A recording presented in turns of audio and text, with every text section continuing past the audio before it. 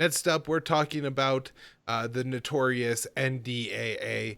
This has been pretty much a topic of quite a few shows that me and Will have done over the years, either on foreign policy focus or now on conflicts of interest, because every year they stuff a whole bunch of really terrible stuff into these bills, Will.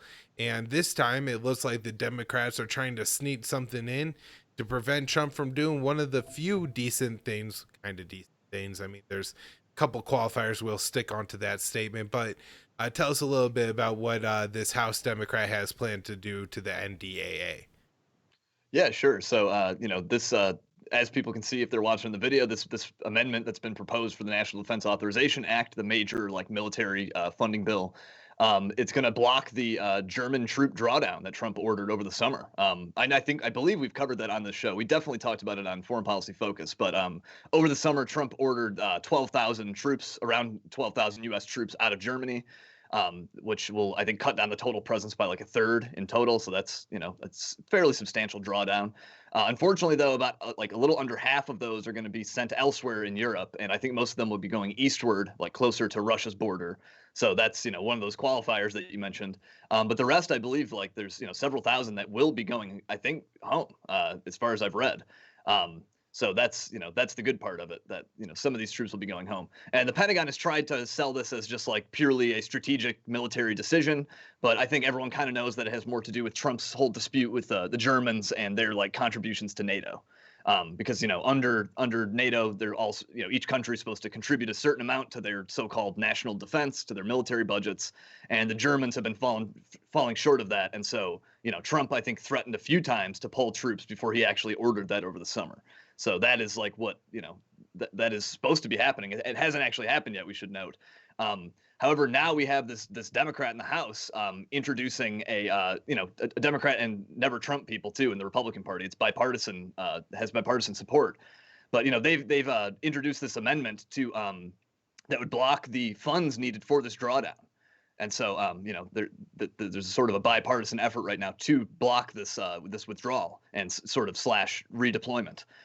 Because there are all kinds of logistic and travel costs associated with moving thousands of guys from country to country or continent to continent, and so that's sort of the angle that the Democrats and Republicans in the House are going for here. They're trying to strike at that funding to try to stop this drawdown, unfortunately, and they're trying to peg that into the National Defense Authorization Act as an amendment, which I don't think they're set to vote on until after the election. So there's still a little bit of time for them to try to make this happen. But one of the main Democrats sponsoring this thing, what's his name? Gallego, I think, from Arizona, the Democrat. He came out just this week and said that he's very optimistic that they're going to get this through. That like apparently they're racking up some support for this thing and going to make this happen. So that's unfortunate. Like we'll see if they'll be able to get this amendment in there. But the main author of it seems optimistic that they will. So. Well, it kind of feels like a cruel joke, doesn't it, Will? Because for a long time, it's been I feel like the people in our movement generally that have tried to pressure Congress into like defunding wars or not passing as much funding for wars, to prevent a different president from say sending U.S. troops to Syria. If you don't fund that at the congressional level, literally the plane rides to Syria, then by the way the Constitution works, it's supposed to make it so that can't happen. Now, I mean, covert stuff is gonna happen anyways, but it is a way, for more overt, just kind of very open foreign policy. This is a very easy way, to like prevent the president from doing something, or it's supposed to be by the Constitution, and so now they take it and they're doing it to prevent Trump from bringing troops home. And so I don't know. That gets a lot more interesting to me. What if Trump says, "Oh, they're in danger, so I got to bring them home"?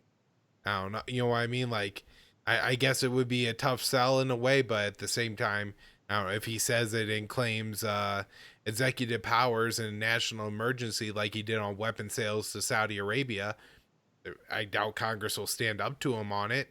And so I see this as potentially not mattering a whole lot, but yeah, I think a really important piece of this all is getting Doug McGregor named the ambassador to Germany.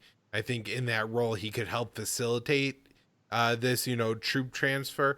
And also then as the discussions come up, well, me and you know from his appearances on Tucker Carlson and his columns at the National Interest and the American Conservative, that he doesn't want to send the troops eastward. He wants to bring them home. Like, that's his deal.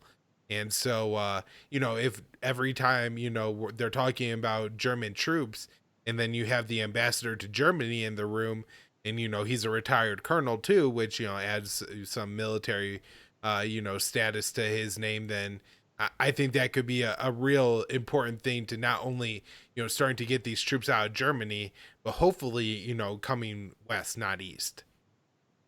Yeah, absolutely. I would really hope they do get McGregor in there soon to start doing that because, like, we might be running out of time. Like, should Trump, not win re-election, I think Biden has said that he would just cancel that withdrawal outright. That he would keep U.S. troops in Germany, indefinitely.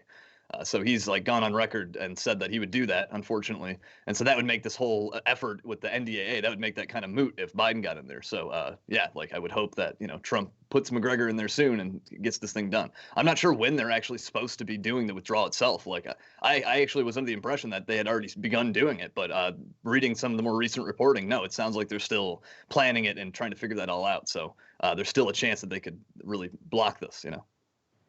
Very unfortunate, but here's to hoping Congress actually doesn't block a troop movement here. But we'll see on that. Last up